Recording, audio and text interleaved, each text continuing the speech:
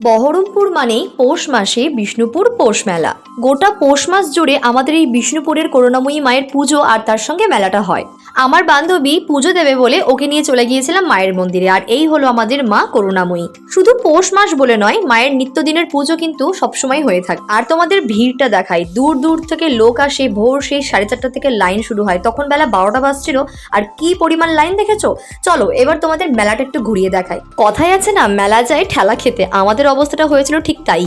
তাও আমার তো মেলা ঘুরতে ভীষণই ভালো লাগে। চারিদিকে খালি দোকান আর দোকান, চায়ের কাপ থেকে শুরু করে ব্যাগপত্র, কানের দুল, গয়নাগাটি, বাচ্চাদের খেলনা, কি পাওয়া যায় না। আর আমি তো এইসব জুয়েলারির দোকান দেখতে পেলে স্থির হয়ে দাঁড়িয়ে যাই, এদিক আর ওদিক নড়তেই পারি না যেন।